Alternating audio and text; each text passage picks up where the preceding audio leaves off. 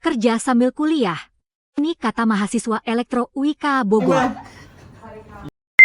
Halo, selamat siang. Siang. Sore ini mau berbincang sedikit, boleh nggak? Boleh. Boleh perkenalan diri dulu nggak sih dari nama, jurusan, sama ambil kelas reguler atau karyawan ya di sini? Oke, ya. Kenalin, nama aku Siti Alawiyah.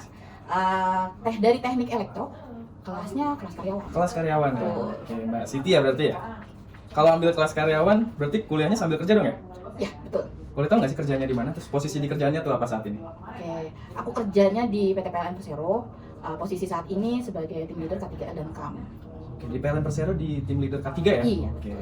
Kenapa sih udah kerja di posisi yang sekarang, tapi tetap nerusin kuliahnya? Ada yang menjadi motivasi nggak sih kenapa ambil kuliah tuh? Ini sih ya. Kalau dibilang kenapa masih kerja, kok masih kuliah lagi sih? Itu awalnya tuh karena kan sebelumnya memang D3 ya. Oke. Gitu. Jadi ada sedikit cita-cita kecil itu pengen ada gelarnya ST. Nah, ditambah ada perjanjian juga nih sama suamiku, karena suamiku udah ST, aku juga mau jadi ST, kayak gitu sih. Motivasi awalnya. Oh, itu untuk motivasi awal ya. Oh, berarti Mbaknya ini sudah berkeluarga ya? Sudah. Oke. Capek nggak sih tuh kuliah sambil kerja tuh?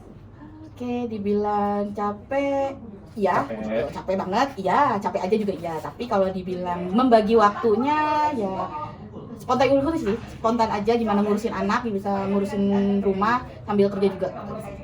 Tapi tetap bisa ya nge-manage waktunya tuh ya antara kantor, perkuliahan, sama keluarga tadi tuh ya. Kalau untuk manajemen semua sih, alhamdulillah lancar jaya. Lancar jaya ya. Lebih tepatnya. Oke, kalau semisal sewaktu-waktu tuh dari kantor ya ngasih perjalanan dinas keluar untuk sekian hari, itu terus kuliahnya gimana ya? Oke, dari awal itu udah diinfokan juga kalau perihal izin seperti itu kita ada komunikasi dengan dosen yang pertama. Ya selanjutnya juga kita akan minta maaf dan mencari tahu apa sih yang perkuliahan yang kelewat itu apa, apakah ada tugas, terus materi yang disampaikan itu apa. Biasanya kita minta sama teman-teman yang masuk saat itu. Berarti kalau ada perjalanan dinas terus nggak bisa masuk, dari segi dosen juga dia mengizinkan ya? Mengizinkan. Terus nanti dari Mbaknya mencari materi pada hari tersebut ya yang nggak bisa masuk. Oke. Dulu tuh kenapa pilihnya Elektro UIK buat nerusin pendidikan itu? Oke, karena dinasnya itu di Bogor, universitas yang bisa atau cocok sama kita dari lokasi rumah, pekerjaan, dan waktu yang cukup fleksibel ini itu ada di UIK untuk di Bogor. Tuh.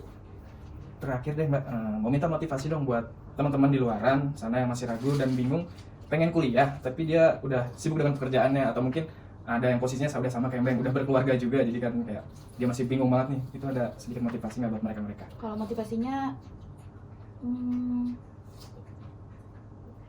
Luar. aku ngeblank di sini ya. Luar. Motivasinya nggak ada. Oke, kalau untuk motivasinya itu ya jalanin aja. Kayak cita-cita itu nggak mungkin bisa kecapai kalau nggak kita jalanin. Untuk masalah waktu itu pasti akan berjalan seiring yang seharusnya. Untuk kampus UIK juga di sini menerima cukup fleksibel dari pengajar, dari sistem perkuliahannya juga. Jadi untuk kelas karyawan berkeluarga ini masih bisa dijalani. Berarti overall buat istilah kata dia sudah bekerja sedikit sekalipun ataupun dia sudah berkeluarga, tetap bisa ya Mbak ya kalau buat dia mau meneruskan perkuliahannya tuh ya. Betul, untuk itu bisa banget. jenjangnya ya. Jadi nggak ada alasan dia nggak bisa ya. Ya, pasti bisa. Oke deh kalau gitu Mbak, terima kasih untuk waktunya. Oke.